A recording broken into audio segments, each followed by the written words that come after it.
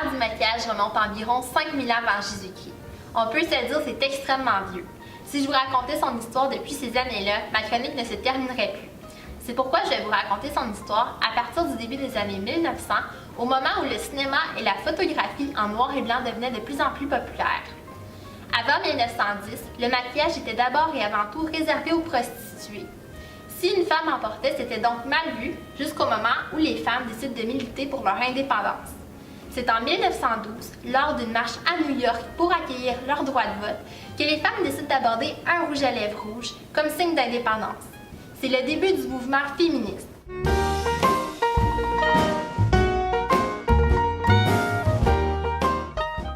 Dès lors, le maquillage n'a plus la même signification et est vendu pour un moindre coût dans les grands magasins. C'est également le début des instituts de beauté. En 1913, le premier mascara à base de vaseline et de poussière de charbon fut son apparition. C'est la compagnie Maybelline qui en aura les crédits.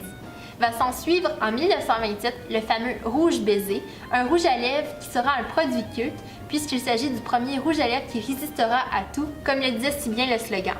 Ce produit deviendra également très populaire grâce à l'actrice britannique Audrey Hepburn qui mentionna le rouge à lèvres comme étant son produit favori. Au travers des années, les actrices, chanteuses et même mannequins devenaient des icônes de la beauté sans même le vouloir. C'est le cas pour Marilyn Monroe et de ses lèvres rouges pulpeuses ainsi que de Twiggy et de ses grands yeux. Ces modèles pour la société féminine apportaient des nouvelles tendances dans les différentes décennies auxquelles elles prennent part. Quand on les voyait pour la première fois à la télévision, on voyait une femme à la structure faciale parfaite. I wanna be loved by you, just you, nobody else but you. I wanna be loved by you alone. Les maquilleurs se sont rendus compte avec le temps que le maquillage conventionnel qu'on voyait dans la vie de tous les jours et qui paraissait bien était plutôt différent et laid sur un film en noir et blanc. Ils ont dû changer leur technique, ce qui laissait place à un visage plutôt coloré.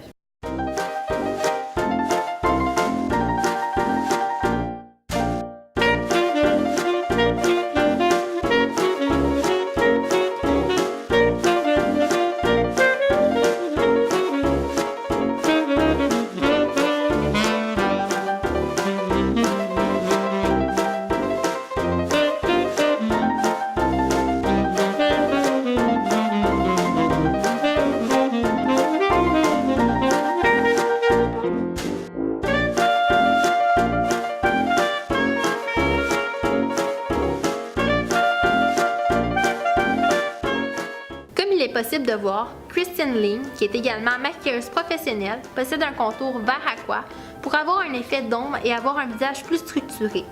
Son teint, quant à lui, est plutôt violet, comme une partie de son fard à paupières et de ses joues. Il est également possible de voir que pour faire rehausser ses sourcils, elle a mis une teinte d'orange en dessous de ceux-ci.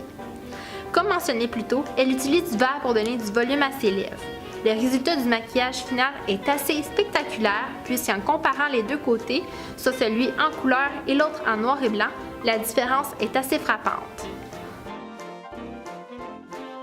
Après les films noirs et blancs, le cinéma de couleur fit son apparition. Dès ce moment, le maquillage reprit ses couleurs initiales, c'est-à-dire du beige pour le teint, du rouge pour les lèvres ou encore du rose pour les joues. La qualité de l'image n'était toutefois pas aussi claire qu'elle est aujourd'hui. En 2005, la télévision haute définition fait son entrée sur le marché.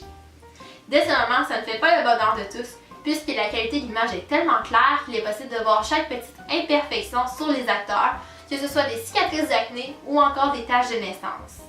Le monde de la beauté a une fois de plus dû s'adapter à la télévision avec des nouveaux produits tels qu'un fond de teint HD qui permet à l'acteur d'avoir une grande couvrance en plus d'être invisible à l'œil nu et à la caméra. Il va sans dire qu'avec l'arrivée de la télévision 4K, l'univers de la beauté sera une fois de plus chamboulé puisque le 4K est un niveau plus élevé que le haute définition, c'est-à-dire beaucoup plus clair. Il ne reste plus qu'à voir si les acteurs seront eux aussi capables de s'adapter à cette nouvelle technologie.